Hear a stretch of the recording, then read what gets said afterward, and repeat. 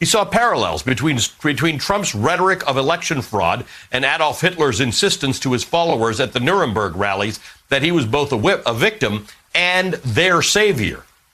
Quote, "This is a Reichstag moment," Milley told aides, "the gospel of the Fuhrer."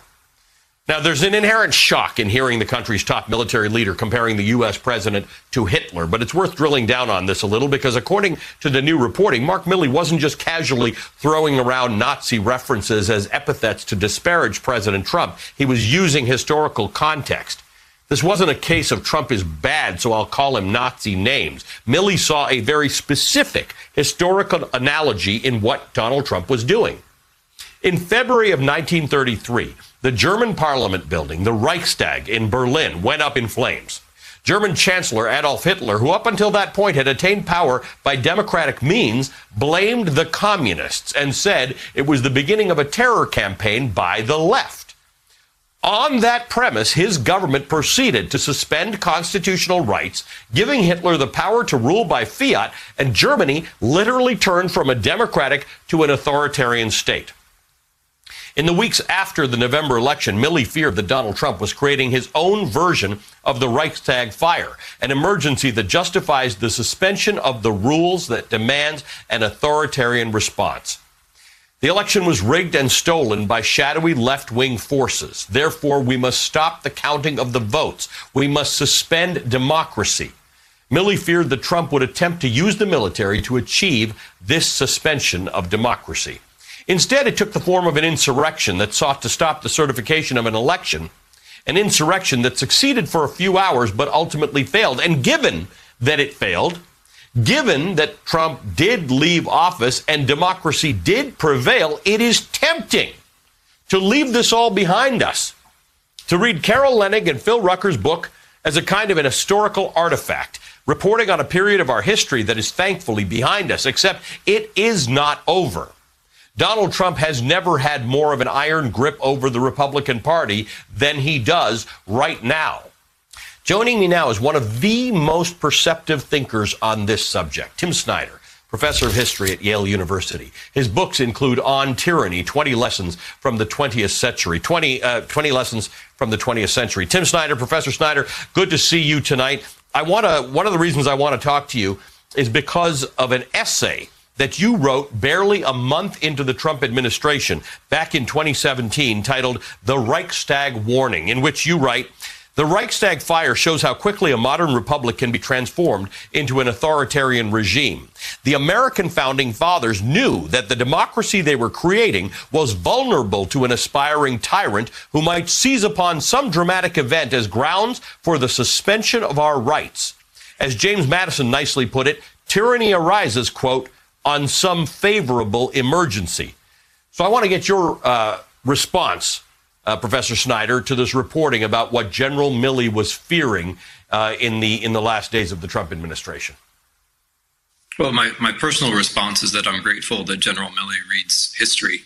And I think the broad significance of all this is that our leaders and our aspiring leaders should be reading history. There are two really important references in what you just cited. The first is Federalist Paper 48, in which Madison, who himself thought very historically, recognized how fragile republics are and recognized that people who would want to overturn them will use a real, or in the case of Mr. Trump this time, an artificial emergency. And the second important reference is the Reichstag fire. And again, I think General Milley was right to be thinking in those directions, this idea that Mr. Trump was a victim, and therefore because he was a victim, everything was permitted. That is familiar from fascism. And using something to do with the parliament, in this case our Congress, as the pretext is also familiar. The idea that he lost the election and something dramatic had to happen to parliament, that's terribly familiar. So I'm grateful that General Milley is referring to history. I think that's very important.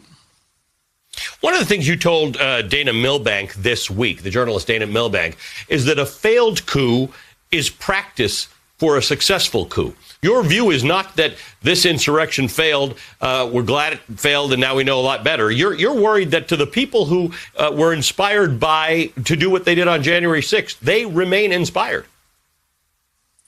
Well, we're now working within the framework of a big lie. I mean, one of the things I was trying to explain last fall is that once Mr. Trump makes this big claim that he actually won the election, we're going to have a polarized society, and we're going to have one political party which makes it their single issue, which is basically what's happened. So long as we're in that framework of a big lie, we can expect one of the political parties to try to rig the system. Because after all, if you tell people that the other side cheated, you're basically promising your people that you're going to cheat as well. And this scenario is now playing out with voter suppression, with the culture wars.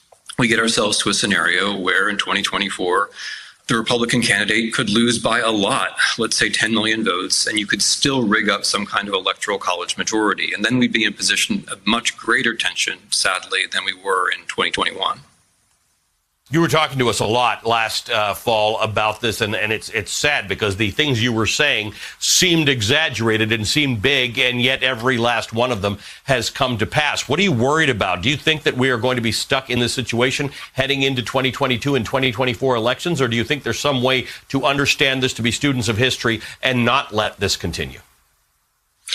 Look, I mean, as I said at the top, the encouraging thing is that some people listen to history. And if you compare 2016 to 2020, I mean, I was saying the same things as you're kind enough to remember for 4 years.